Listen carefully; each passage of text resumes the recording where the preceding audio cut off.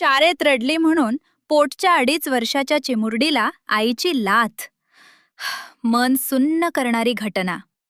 नमस्कार, आपण पाहत आहात 4K digital news channel. Panvel तालुक्यातील नांदगाव येथे मानवतेला कारिमा फासणारी घटना घडलीय.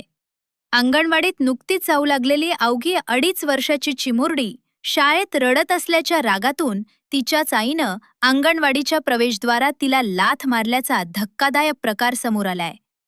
ज्या लेकराला मायेची कुशी, आधार आणि प्रेम मिळायला हवे, त्याच निरागस जीवाला आईच्या लाथा सहन कराव्या लागल्या. शाळेची भीती वाटून रडणाऱ्या त्या चिमुकलीला समजून घेण्याऐवजी तिच्यावर झालेली ही अमानुष वागणूक प्रत्येक संवेदनशील मनाला हेलावून टाकणारी आहे.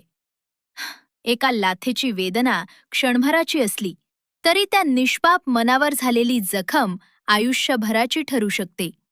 हा व्हिडिओ प्रसारमाध्यमांवर व सोशल मीडियावर मोठ्या प्रमाणात व्हायरल झाला.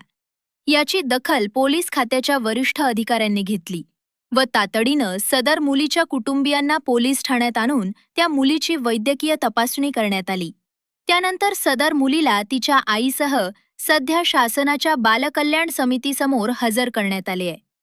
या घटनेमुळे पालक वर्गामध्ये तीव्र संताप व्यक्त करण्यात येत आहे.